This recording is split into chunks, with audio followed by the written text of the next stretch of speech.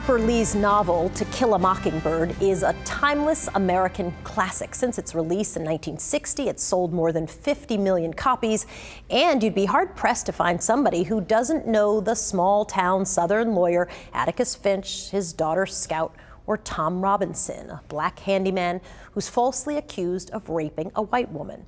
The book has been taught in countless classrooms in America and provoked countless conversations about race and social justice. To Kill a Mockingbird won a Pulitzer Prize, spawned an Oscar-winning movie, and is now the highest-grossing American play on Broadway. Gbenga Akinabe stars as Tom Robinson. It's so nice to have you to talk to us. Thank you for having me. My pleasure. So why say yes? Because I'm sure at some point an agent called you and said, there's this play, and it's a classic. What was it about this that appealed to you? I think the fact that this book speaks to so many Americans. As an artist, you try, well, at least I try to do things that people can empathize with, that help get people across to the other side as far as another person's point of view. And then, of course, the people involved: Aaron Sorkin, Scott Rudin.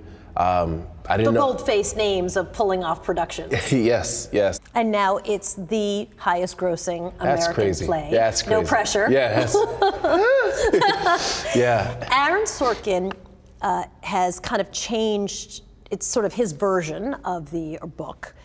How has he changed the characters a little bit, or specifically your character?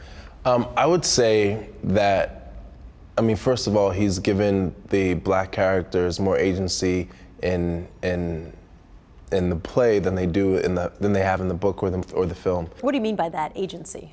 You see his motivations, first of all, and then you see that he's motivated by wanting to somehow, at some point, be reunited with his family. You see Calpurnia, who pushes back against Atticus and his thoughts about his town, about how good these people are and how they'll do the right thing in the end.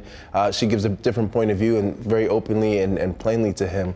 So you don't get that at all in the book or the film. And one of the things that was important to Aaron and Bart when we first started was to kind of get rid of this idea of the white savior, which is heavy throughout the book. Or even the white prism, right? It's always sort of like it's this person's point of view Exactly. on this story, even though the story really centers on your character. Exactly. You have this thing that happens with this black man, and the story is told about like how it affects this white family through the eyes of this little white girl. But in addition to that, you have these black characters contributing to their own story.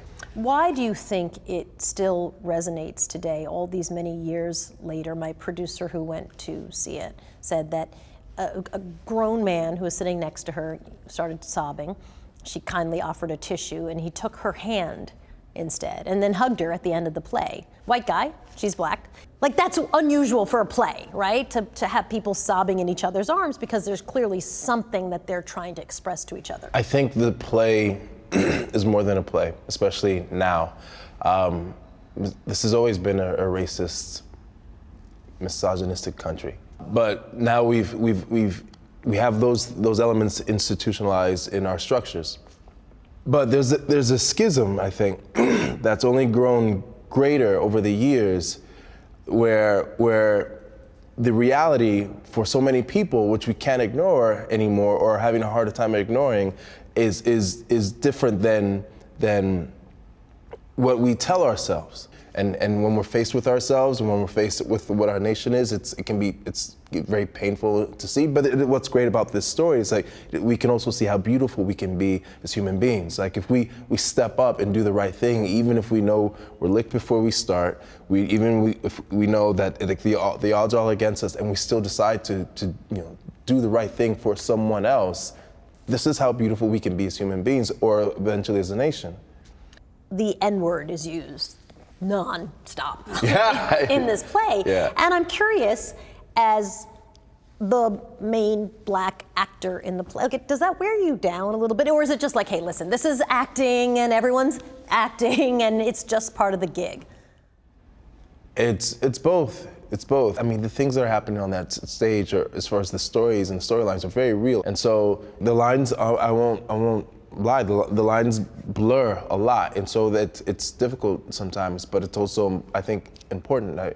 I love doing this. It's been a gift to do this play and to do this interrogation on stage with the cast that I'm doing it with.